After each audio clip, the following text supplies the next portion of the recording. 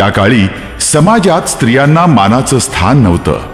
संसार करणारी, चूल आणि मूल सांभाळणारी स्त्री गुलामाप्रमाणे जीवन जगत होती. शाळा शिकण्याचा तिला अधिकार नव्हता. स्वतंत्र विचार करण्याची तिला मुभा नव्हती. पतीचा मृत्यू झाला तर दुसरं लग्न करण्याची परवानगी नव्हती. उलट पतीच्या जळत्या सरणात उडी मारून सती जाण्यासाठी तिला भाग पाडलं जात होतं. हे असं का? याला कारण एकच, अज्ञान. शिक्षण नाही, मुलींना एकत्रित येण्याची जागा नाही, म्हणूनच माता सावित्रीनं ज्योतिबांना साथ दिली. समाजकंटकांच्या विरोधाला न जुमानता, जीवाची पर्वा न करता ज्योतिबांनी सुरू केलेल्या मुलींच्या शाळेत पहिल्या शिक्षिका होऊन सावित्रीबाई शिकवायला गेल्या.